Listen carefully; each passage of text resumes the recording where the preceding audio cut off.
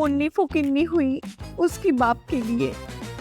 আবার দেখ, তুই তুই যদি ফাজলামি করিস, এই কান্নার সময় কেউ ফাজলামি করে? হ্যাঁ, ঠিক মতন কথা বল।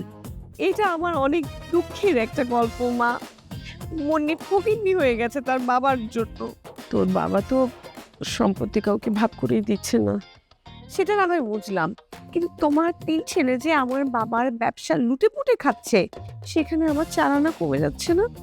আর যদি ওরা সত্যি সত্যি লুটেপুটে খায়, তাহলে তোর ওই চালানো অংশ থেকে কতটাই না কমবে। এক ছিল আলিফা আবার 40 চোর, আর আমার বাসায় 3 চোর। আমার 3 ভাই আমার বাবাকে লুটে পুটে খাচ্ছে, আমার ভাগ থেকে চালানা মেরে খাচ্ছে সবার চোখের সামনে। আমি ফকিন্নি হয়ে যাচ্ছি, অথচ আমি কিছুই করতে পারছি না। এই দুঃখের রাগে ক্ষোভে আমি কাল রাতে ছাদ থেকে লাফিয়ে আত্মহত্যা করতে চেয়েছিলাম। দেখ দেখ মুন্নি, তুই এই ছাদ থেকে লাফ দেওয়ার চিন্তাটা না মাথা থেকে ডিলিট করে দে। কিউ কিসকে লিয়ে? তুই বাংলায় বল না, বাংলায় কথা বল। কেন আমি ছাদ থেকে লাফ দিতে চাইবো না? তুমি এর সপক্ষে যুক্তি দেখাও মা আমাকে।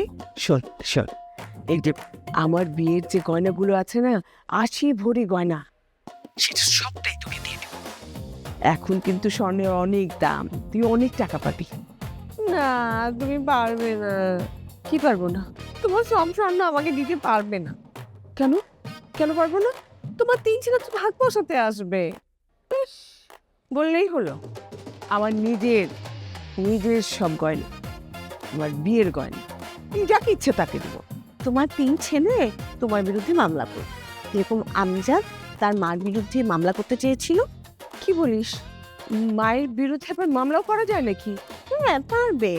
তোমার স্বর্ণের 8 আনা পাবে ওরা, আর 4 আনা পাবো আমি। এই 4 আনা গুনতে গুনতে আমি ফকিন্নি হয়ে গেলাম।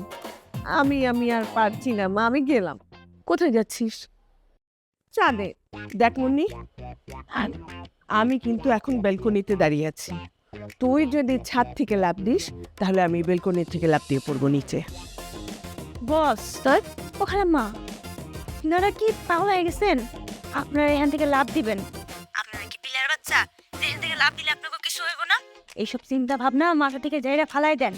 এখান থেকে যদি লাভ দেন না, সারা জীবন পঙ্গু হাসপাতালে কাটান লাগবে। এই যে দেখ, ডায়না কি বলছে। হ্যাঁ শুনেছি, বাকিটা জীবন আমাদের পঙ্গুতে কাটাতে হবে। সেজন্যই তো লাফালাফি করে কোনো লাভ নেই। ফকিন্নি হলেও আমরা তো ঘরে আছি, তাই না? হ্যাঁ তা আছি, ঘরের জিনিস ঘরে থাকাই ভালো। তাহলে একটা কাজ কর, তুই ঘরে যা, আমিও ঘরে যাই। মানে কখন যে খোঁজ করে আমার কে জানে। আমি পরে ফোন দিব। হ্যাঁ ঠিক আছে।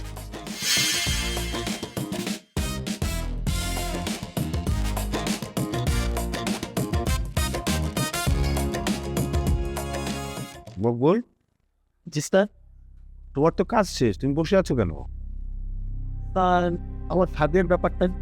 সেদিন তো আমি তোমাকে বলেছি জিলাপি আমার পছন্দের খাবার না, প্যাঁচ দিয়ে ভরা। প্যাঁচ আমি অপছন্দ করি। স্যার, পেজটা যদি আপনি আমাকে খোলার সুযোগ দিতেন। তুমি জিলাপির প্যাঁচ খুলবা? স্যার, চেষ্টা করে দেখতে পারি, যদি আপনার পছন্দ হয়। ঠিক আছে, প্যাঁচ খুলো। স্যার, আমার ভাগ্নে গরিবের ছেলে, অনেক ভালো ছাত্র, খুব ভালো রেজাল্ট করে কর্পোরেট দিয়ে চাকরি পেয়েছি। ও, তারপর সেখানে চুরি চুট্টামি করে? না স্যার, ব্যাপারটা আসলে মেয়ে ঘটিত ছিল। অফিসে মেয়েদের সাথে লাইন মারত? স্যার, ব্যাপারটা সেরকমই, তবে টাকা পয়সা চুরি সংক্রান্ত কোনো কেলেঙ্কারির সাথে সে জড়িত না। স্যার, বস খুশি হয়ে ওকে হেড অফ মার্কেটিং করে দিয়েছিল। Head of marketing? মার্কেটিংয়ের সেনাপতি? আমার ভাগ্নে বলে বলছি না স্যার, আমাদের কোম্পানি যদি লিজিটিমেট বিজনেস শুরু করে, তো ওকে আপনি অনেক কাজে লাগাতে পারবেন। কিন্তু কর্পোরেট স্কেলের বেতন তো আমি দিতে পারবো। দিতে হবে না স্যার, সে এখন উবার চালায়। আপনি যা অফার করবেন সে তাই লুফে নেন। উবার চালিয়ে স্যার তার শিক্ষা হয়ে গেছে। স্যার, মেয়ে ঘটিত বা অন্য কোনো কেলেঙ্কারির সাথে সে আর জড়াবে না। স্যার, আপনি ওকে একটা সুযোগ দিয়ে দেখতে পারেন। কিন্তু উবার ড্রাইভার কি জানে যে বেইমানি ধান্দা আমি ইমানদারের সাথে করি? আপনার সম্বন্ধে আমি স্যার ওকে অনেক বলেছি। বেইমানি, চোরে, জিলাপির প্যাচ এসব আপনি একদম পছন্দ করেন না। স্যার, ট্রায়াল বেস একটা সুযোগ দিয়ে ওকে দেখতে পারেন। ঠিক আছে, তুমি যখন এত করে বলছো, মালটাকে নিয়ে এসো। চল। Sir, thank you sir.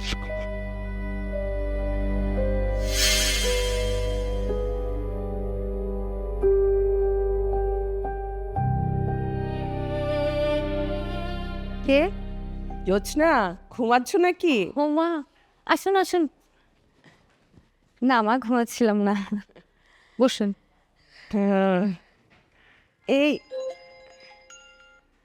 Diana আসার পর থেকেই দেখছি তুমি সারাক্ষণ ওই শুয়ে বসেই থাকো।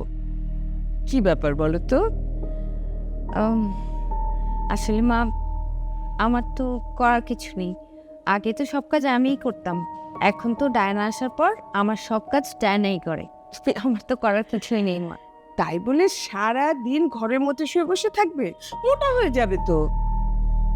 অবশ্য অবশ্য কি মা? ওই যে ডায়ানা, ও বলল মেয়েরা নাকি একটু মোটা তাজা হলে মানে একটা খানদানি খানদানি ভাব আসে। মোটা তাজা হলে খানদানি ভাবে, সেই কথা আপনাকে ডায়না বলেছে? হ্যাঁ, এই জন্যই তো সারাদিন ধরে আমাকে খাওয়াতে থাকে। মা, আপনি ডায়নার কথা শুনে সারাদিন খেয়ে মানে মোটা হওয়ার জন্য সারাদিন খাচ্ছেন? হ্যাঁ। আপনি তো বেশ খাচ্ছেন মা। হ্যাঁ, বলো কি? হ্যাঁ, কারণ এই যে ডায়নার কথা শুনে আপনি বেশি খাচ্ছেন, খানদানি ভাব দেখানোর জন্য এই যে বেশি খেয়ে যে আপনি মোটা হচ্ছেন, এতে করে তো আপনার শারীরিক ক্ষতি হচ্ছে, কারণ আপনার ওয়েট গেইন হচ্ছে। আর একটা মানুষের যখন ওয়েট গেইন হয়, সাথে সাথে অনেক রকম রোগশোক দেখা দেয়। এই যেমন হার্ট অ্যাটাক, আপনার ফ্যাটি লিভার হতে পারে, আপনার কোলেস্টেরলের সমস্যা হতে পারে, তাছাড়া ডায়াবেটিসও হতে পারে, অনেক রকম সমস্যাই হতে পারে। বলো কি? তার মানে আমি বাবুর্চির কথা শুনে মানে বিষ খাচ্ছি? অবশ্যই মা, আপনি বেশি খাচ্ছেন, কারণ বেশি খাওয়া আর বিষ খাওয়া একই কথা। আরেকটা কথা বলি, এই যে খানদানি খানদানি করছেন না, খানদানি দেখানোর জন্য না বেশি খেয়ে মোটা তাজা হওয়া লাগে না। খানদানির আসল পরিচয় হচ্ছে তার স্বভাবে, তার আচার আচরণ। কি ব্যাপার বৌমা, আজকে তোমার মুখ দিয়ে এরকম মূল্যবান মূল্যবান কথা বেরোচ্ছে? মা, আগে তো আপনার সাথে আমার এই ব্যাপারে কখনো আলাপ হয়নি, তাই হয়তো আপনি খেয়াল করেননি। আমি তো আসলে তোমাকে এতদিন খুব সহজ সরল আর বোকা আমি ভাবতাম। সহজ সরল আর বোকা দুটোর মধ্যে কিন্তু পার্থক্য আছে। সহজ সরলতা হচ্ছে ভদ্রতার একটা লক্ষণ। আর আপনি নিশ্চয়ই আমার বিয়ের বায়োডাটাতে দেখেছেন, আমি ফিলোসফিতে মাস্টার্স কমপ্লিট করেছি। সেই কবে তোমাকে এই বাড়িতে বউ করে নিয়ে এসছি, সে কথা কি এখন আর মনে আছে? হ্যাঁ। আচ্ছা মা, আপনি কি আমাকে কিছু বলতে এসেছিলেন? একটা কথা বলবো ভেবে এসেছিলাম, কিন্তু এখন ভাবছি বলাটা ঠিক হবে কিনা। মা, আপনি আমাকে একটা কথা বলবেন, এতে এত দ্বিধার কি আছে, বলে ফেলুন না। না মানে বললে আবার তুমি কিছু মনে টনে করো কিনা। কি বলছেন আপনি আমাকে একটা কথা বলবেন, আমি কি মনে করবো মা, বলুন। মানে আমি তোমাকে কথাটা বললে তুমি আবার বাড়ির সবার সাথে কথাটা চালাচালি করবে না তো? ছি মা, কথা চালাচালির মতো স্বভাব তো আমার নেই, আর বিশেষ করে আপনারটা তো কখনোই বলবো না। আপনি নির্দ্বিধায় বলতে পারেন, বলুন। না মানে আমি তোমাকে বিশ্বাস করে কথাটা বলছি মা। ঠিক আছে মা, আপনি যেহেতু বিশ্বাস করে বলছেন, আমি আপনার বিশ্বাসের অমর্যাদা করব না। আচ্ছা দেখো, এই এতদিন আমার আদরের ছেলে আরিফ, সে আমাদের এই পারিবারিক বিজনেসটাকে একলা সামলাচ্ছে। হঠাৎ করে কথা নেই বার্তা নেই আইনার আর রাইয়ান দুইজনে মিলে এটার সাথে যুক্ত হলো। তোমার কি মনে হয় না যে এটার মধ্যে কোনো কিন্তু আছে? কি বলো, মনে হয় না? না না মা, আমার তো তেমন কিছু মনে হচ্ছে না। কিন্তু থাকতে যাবে কেন? আসলে মা, হয়েছে কি, আপনার বড় ছেলে এতদিন বিজনেসটা একাই সামলাতো ঠিক আছে, কিন্তু তখন তো বিজনেসটা এত বড় ছিল না। এখন তো আল্লাহর মতো আমাদের বিজনেসটা আস্তে আস্তে অনেক বড় হচ্ছে। আপনার বড় ছেলের পক্ষে একা সামলানোটা একটু কষ্ট হয়ে যাচ্ছে। তাই আপনার বড় ছেলে আর বাবা মিলে ডিসিশন নিয়েছে, ওরা দুই ভাই যদি এই বিজনেসে জয়েন করে, তাহলে তিন ভাই মিলে বিজনেসটা অনেক সুন্দর করে রান করাতে পারবে না? তোমার মনে আছে যখন আইনান আর রায়ান ভার্সিটি থেকে পড়া শেষ করলো, তখন তোমার বাবা আর আরিফ কত করে ওদেরকে বলেছিল যে তোরা সরাসরি আমাদের পারিবারিক বিজনেসে জয়েন কর। বলেছিল কিনা বলো? হ্যাঁ মা, বলেছিল, আমার মনে আছে। তখন তখন কি ওরা করেছিল সেই কাজটা? বলো, তাহলে এখন কি এমন হলো যে এত ভালো ভালো চাকরি দুই ভাই ছেড়ে দিয়ে তোমার বাবার বিজনেসে জয়েন করলো? হয়তো বা শোনো, তুমি ফিলোসফিতে মাস্টার্স করেছো, এখনই জবাব দেওয়ার দরকার নেই, পরে ভেবে শুনে তারপর আমাকে উত্তরটা দিও, ঠিক আছে? আর একটা কথা, বলুন না মা। না মানে বলবো, কিন্তু শুনে আবার তুমি তেলে বেগুনে জ্বলে উঠবে না তো? মা যে কি বলেন না, ঠেলে বেগুনে জ্বলতে যাব কেন? আমি এতগুলো বছর ধরে আপনাদের সাথে আছি, আপনারা তো আমাকে দেখছেন। কখনো কি দেখেছেন কোনো কিছুতে আমি তেলে বেগুনে জ্বলে উঠেছি? তা অবশ্য কখনো দেখিনি, কিন্তু এই ব্যাপারটা তেলে বেগুনে জ্বলে ওঠার মতোই। ব্যাপার যত কঠিনই হোক আর যত তেলে বেগুনে জ্বলে ওঠার মতোই হোক, আমি তেলে বেগুনে জ্বলে উঠবো না। আপনি নির্দ্বিধায় বলতে পারেন। তাহলে বলি শোনো, হ্যাঁ, মানে আমাদের মুন্নি, হ্যাঁ, তার বাবার সম্পত্তির তো 4 আনা পাবার কথা, তাই না? কিন্তু তোমার বাবা তো কিছুই লিখে দিচ্ছে না। জি মা, কিন্তু বাবা চাচ্ছেন বাবা যতদিন বেঁচে আছেন অন্তত এই পরিবারে যাতে জায়গা সম্পত্তি ভাগাভাগি না হয়, আমরা সবাই যাতে মিলেমিশে একসাথে থাকতে পারি। না মানে একসাথে মিলে থাকা, শান্তিতে থাকা, এটা তো খুব ভালো কথা, তাই না? জি মা। এখন কথা হচ্ছে, আইনান আর রাইয়ান তো আগে কখনোই বিজনেস করেনি, তাই না? বিজনেসের অভিজ্ঞতা আছে শুধু আরিফের। এখন ওরা দুজন তো, আমার কথাটা আগে শেষ করতে দাও। আর বিজনেস তো আর ডাল ভাত খাওয়া না, তাই না? এটার জন্য তো অভিজ্ঞতার দরকার আছে। তোমার ফিলোসফি কি বলে? মা, ফিলোসফি আর বিজনেস তো আর এক জিনিস না। তবে আপনি ঠিকই বলেছেন, বিজনেস একটু কঠিন। এবার তুমি লাইনে এসেছো, হ্যাঁ? এই যে এত কঠিন বিজনেস, এটাকে ওরা দুইজনে এই বিজনেসের মধ্যে ঢুকে, এমন হতে পারে না যে ওরা এই বিজনেসটাকে লাটি উঠালো? সম্ভাবনা তো থেকেই যায়। তবে তবে অনেক কিছুই হতে পারে। ধরো আমরা ধরে নিলাম যে বিজনেসটা লাটি উঠে, তখন কি হবে? মুন্নি যে 4 আনা সম্পত্তি পায়, সেই 4 আনা সম্পত্তি কমে যাবে না? হ্যাঁ, তা তো কমবেই। না মানে এই ক্ষতিপূরণ হিসাবে আমি যদি আমার বিয়ের গয়নাগুলো মুন্নিকে দিয়ে দিই, তাহলে তোমার কোনো সমস্যা আছে? না মা, আমার কি সমস্যা থাকতে পারে? আপনার গহনা আপনার যাকে খুশি তাকে দিবেন। তোমার ভোটটা তো পেয়ে গেলাম, এখন বাকি সবার মতামত ভোট তুমি সবার কাছ থেকে নিয়ে আমাকে দিতে পারবে না? জি মা, আমি বুঝিনি। বুঝুনি? আরে না, আমি বলছিলাম কি যে তুমি যেভাবে সহজে রাজি হয়ে গেলে, হ্যাঁ, এখন কে কিভাবে নিবে আমি তো আর জানি না। না, আমি সরাসরি না জিজ্ঞেস করে তুমি যদি তাদের মতামতটা একটু জানতে পারো, মানে জিজ্ঞেস করে যদি জেনে নিয়ে তারপর আমার কাছে পাস করো আর কি, যদি বলো, তাহলে ব্যাপারটা সহজ হয়ে যায় না? ও আচ্ছা, এবার বুঝতে পেরেছি।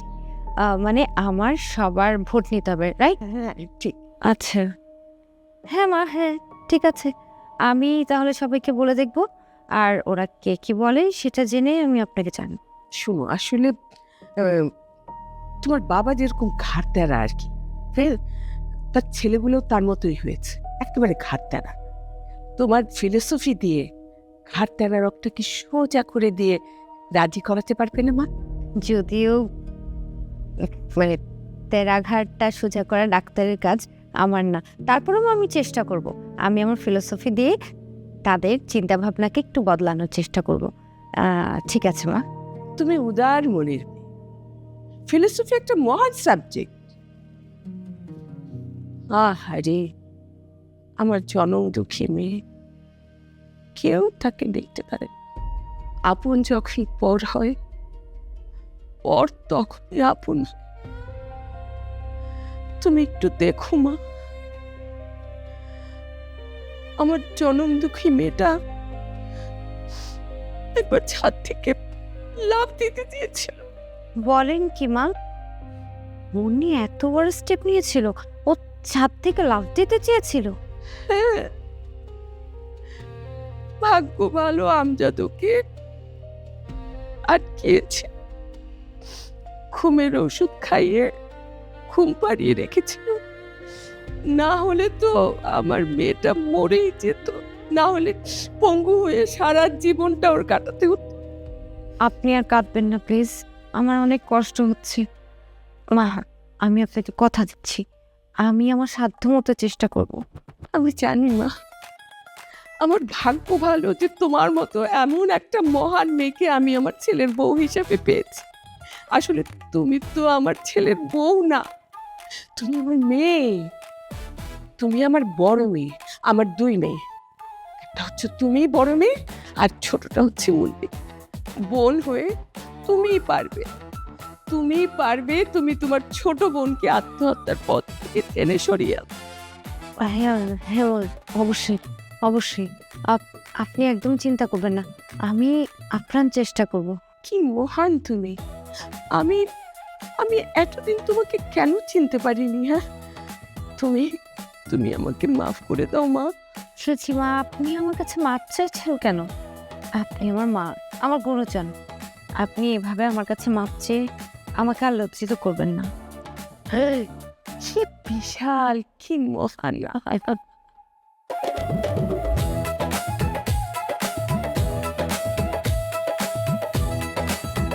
আমি এখন আসি মা, তোমার অনেক সময় নষ্ট করলাম। আরে না না মা, সময় নষ্ট বলছেন কেন? এই যে আপনার সাথে আমি গল্প করলাম, আমার অনেক শান্তি লাগছে। আর আপনি একদম চিন্তা করবেন না, আমি আমার সাধ্য মতো চেষ্টা করব। আমি তো জানি তুমি আমার বড় মেয়ে না। থাকো তাহলে, হ্যাঁ, আমি আসি। রেস্ট করো, হ্যাঁ।